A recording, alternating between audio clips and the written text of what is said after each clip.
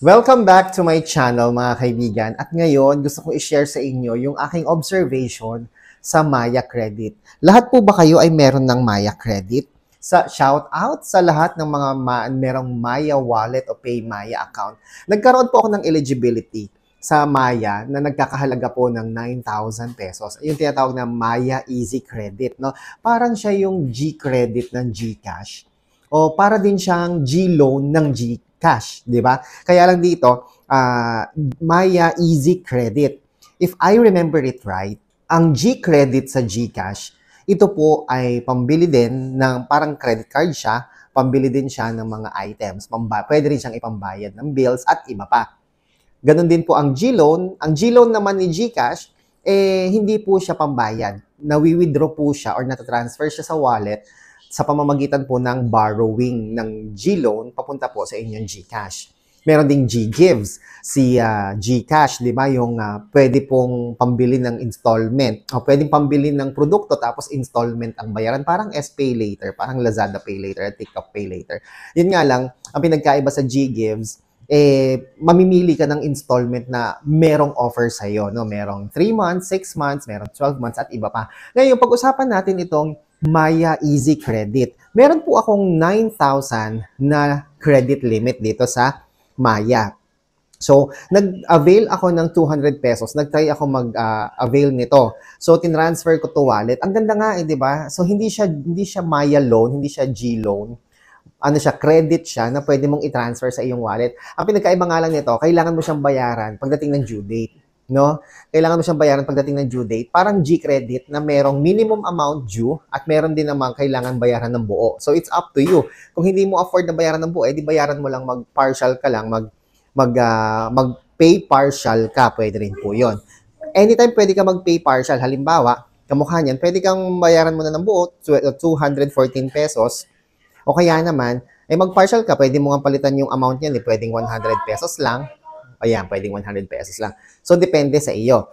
So, yun po ang kagandahan. Ngayon gusto kong i-share sa inyo kung magkano ba yung interest sa Maya Easy Credit kapag nag-avail ka nito sa isang buwan, ha? Or depende kasi may mga billing cut-off po yan. Parang credit card, may mga billing cut-off po siya. So, itong example po natin is 200 pesos na transfer to wallet na Maya. Sa 200 pesos po, may charge po siya na 13.98 pesos as service fee at meron siyang 0.12 centavos na DST o yung documentary stamp tax. Ibig sabihin, itong documentary stamp tax po na ito yung stamp. Katunay po, parang to make it public, no? Parang ganun siya. Para ka nagpanotaryo, ganun. Basta ibig sabihin nun, ginagamit sa public document yung loan mo na yon.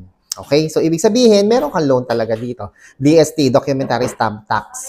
Okay? Sa mga insurance din may DST din, documentary stamp tax. Meron pang LGT, yung local government tax na binabayaran. So, nag-loan ka na, may binayaran ka pang tax sa loan. Di ba? Grabe talaga. Tapos service fee, 13.90. Ang tanong ngayon, magkano ang interest? Bali, magkano yung charges, fee, interest, lahat-lahat na kapag nag-loan ka. Magkano nga ba ang charges kapag nag-loan ka sa Maya Easy Credit? So, tignan natin. 13.98, di ba? 13.98 pesos yung service fee ng 200 pesos plus yung 0.12 na documentary stamp.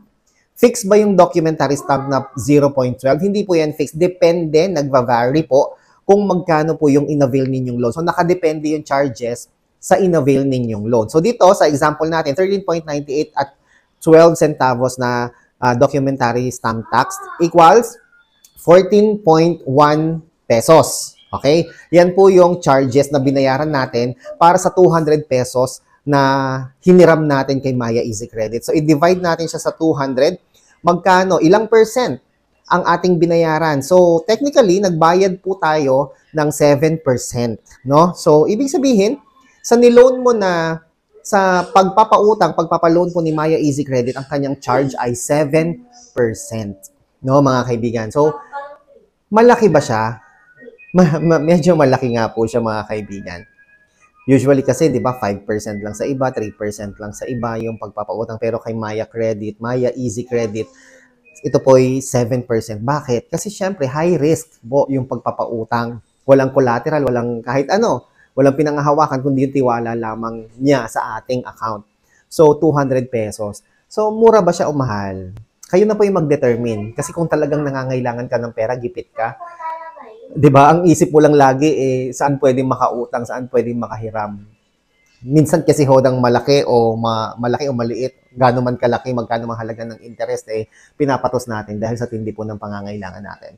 Pero kung tutuusin, mura pa rin po ito kung ikukumpara mo po ito sa mga nagpapautang ng mga 5, 6, di ba? Pag nangutang ka, ikaw, di ba, ikaw ay isang sales lady, ikaw ay isang tindera, o kaya ikaw ay isang nangangamuhan lang, laborer.